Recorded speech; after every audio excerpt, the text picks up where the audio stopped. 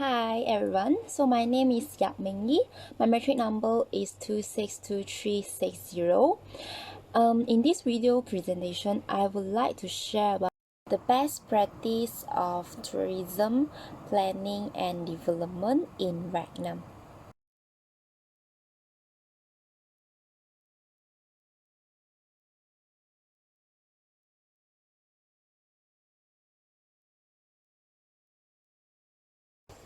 Okay, so for the Vietnam has chosen it's a very good chance for growing ecotourism due to the diversity of natural resources impermeable by the commercializations and mass tourism enterprise and the richness of cultural heritage. Therefore, the ecotourism has evolved into a source of educational entertainment for the eco-tourists like who want to learn more about Vietnam's rich natural resources and cultural artifacts. Uh, so the locals like rely heavily on their natural resources to survive. So ecotourism's like economic benefits should be shared with them by providing them with appropriate jobs. So like they could like find work in hotels, restaurants or tourism business. So those in better consumptions may like run their own mini hotels or like rooms for rent for those eco-tourists or like the visitors who come here, and like they can just like make a living by selling souvenirs to the tourists. And for example, like they can also working as a photograph and or even collecting like trash at tourist attractions, which is a very appropriate jobs for them for local. And like for instance, for example, located in which is the space which is named Anyun Thayar South at the Bangsai district. Okay, the Royal Folk Arts and Craft Center at the Bangsai, so covering the area of 14 angries.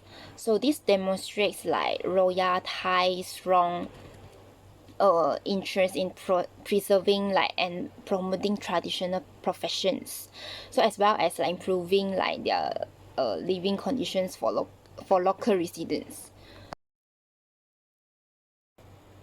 Okay, for development with the sustainable development about the ecotourism, the education is very significant. So the education, which is the Vietnam, how to do to improve their knowledge about the ecotourism, which is the local people should be like educated to foster pride in their indigenous land, while also raising their uh, awareness of the importance of environmental protection. As everyone know, educational programs really like help them to know more about the ecotourism. And for Vietnam, they do like the educational programs for them should be like organized on a regular basis, so that they can like gain adequate knowledge and understand the importance of the ecological environment, which is I think that is very good in light of the global current trend of semi-public but autonomous tourism organizations involving like private partnerships too. So the Vietnam has gradually changed the traditional situation in which like the key rules and responsibilities are solely the responsibility of the government and central authorities. So for like the private sectors are now like permits to assume responsibility and operate their own resorts and tourist attractions. Okay, now I'm going to talk about how Malaysia can learn from the Vietnam tourism planning and development. So for the first will be the development of tourism benefit of the local economy, as the tourism provides a platform for diversified economic operation in a variety of industry. So therefore, the tourism investment assess various local economic sectors by providing not just the tourism products and project size, but also tourism infrastructure and local infrastructure. So in the Vietnam, so I think that these factors that Malaysia can learn from it. And the second one will be the concentrating on the human resource development, which is implemented by Vietnam. So they focus more on provide training to the human resource development. So for example, they considering local human resources and focusing on providing some professional training, and this help environmental and social issues like that. They include in training and improve the awareness, not between just tourists, but focus more on the local people and the human resource development too.